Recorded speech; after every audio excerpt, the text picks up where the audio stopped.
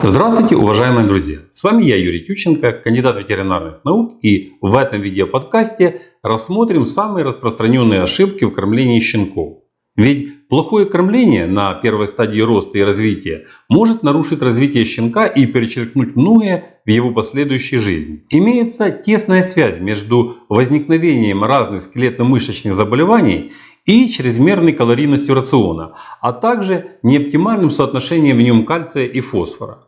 По приблизительным подсчетам, у собак крупных пород, например, лабрадора-ретривера и немецкой овчарки, чья масса тела во взрослом состоянии в среднем достигает 30-35 кг, суточные привесы не должны превышать 150 грамм. Таким образом, показатели массы тела их щенков в 6-месячном возрасте не должны быть выше 65% от массы тела взрослых особей. Потребление щенками пород крупных размеров кальция следует тщательно контролировать в период их роста и развития.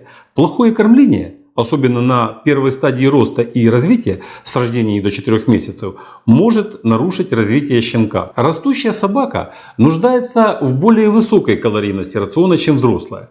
При составлении рациона мы учитываем потребности животного в питательных веществах, необходимых для обеспечения его роста и развития, общую потребность в энергии и потребности тканей разных органов и растущих костей. Однако при этом следует различать повышенные потребности и чрезмерное потребление. Величина привесов непосредственно зависит от общей калорийности съедаемого животным кормом. До определенного времени, чем больше щенок ест, тем быстрее он растет. Несмотря на это, понятие «максимальная интенсивность роста» далеко не всегда равнозначно понятию «оптимальный рост». Чрезмерное потребление калорий повышает интенсивность роста, что вызывает быстрое созревание скелетно-мышечной системы, усиливает испытываемый суставный стресс и ускоряет развитие артритов. Наименее устойчивой частью последних являются суставные хрящи, в общем, и точки роста костной ткани. В частности, они поражаются в первую очередь. В настоящее время уже доказано наличие значительной связи различных скелетно-мышечных заболеваний и чрезмерного потребления энергии. Например, с избыточной массой тела связана дисплазия тазобедренного сустава, остеохондрит, искривление запястного сустава и гипертрофическая остеодистрофия.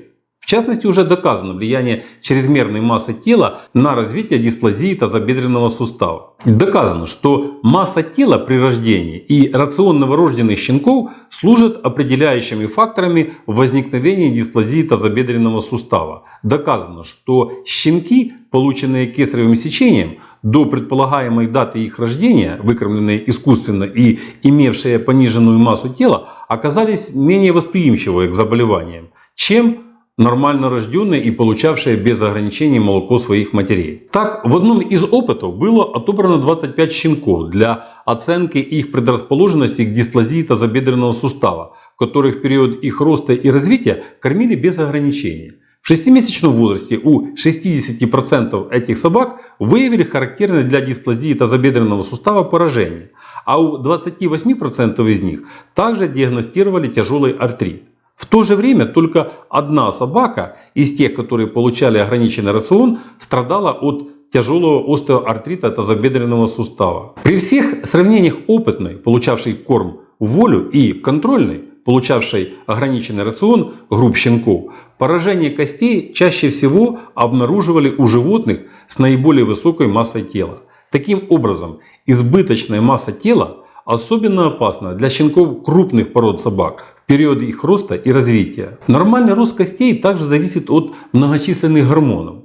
Также установлена взаимосвязь ожирения и интенсивность секреции этих гормонов в печени, которые ответственны за развитие остеохондроза у страдающих ожирением собак. У некоторых собак, проявляющих особую предрасположенность к остеодистрофии, часто отмечают повышенную концентрацию этих гормонов в сыворотке крови. Таким образом, эффективное регулирование роста и развития собак требует неуклонного соблюдения правил их кормления и отказа от свободного доступа к корму. Доказано, что перекорм приводит к очень интенсивному росту щенка, и его незрелый скелет не может выдержать повышенной нагрузки чрезмерно большой массы тела. И первое, что должно быть сделано в этом случае, это надо разработать такую схему кормления собаки, чтобы была возможность еженедельно контролировать их привесы. По приблизительным подсчетам, привесы пород собак, чья масса тела во взрослом состоянии в среднем достигает 30-35 кг, например, лабрадор, ретривер и немецкая овчарка, не должны превышать 150 граммов в день. Таким образом, масса тела их щенков в 6-месячном возрасте не должна превышать 65% от массы тела взрослых особей. Для щенков, чья масса тела составляет 50-70 кг, масса тела взрослых собак этих пород, например, щенков немецкого дога и сенбернара, величина суточного привеса не должна превышать 250 грамм, а в 6-месячном возрасте их масса тела не должна быть выше 60% массы тела взрослых собак этих пород. Независимо от состава рациона, даже на основании клинического обследования и оценки физической формы собаки, можно определить необходимый для нее уровень потребления энергии. Собака всегда должна оставаться в форме. Это означает возможность прощупывания у нее ребер. Так что не перекармливайте своих собак, держите их в форме. О том, как влияет на здоровье щенка соотношение в рационе кальция и фосфора, я расскажу вам в одном из своих последующих выпусков. А пока всего вам доброго, здоровья вам и вашим любимцам, подписывайтесь на наш канал и до новых встреч!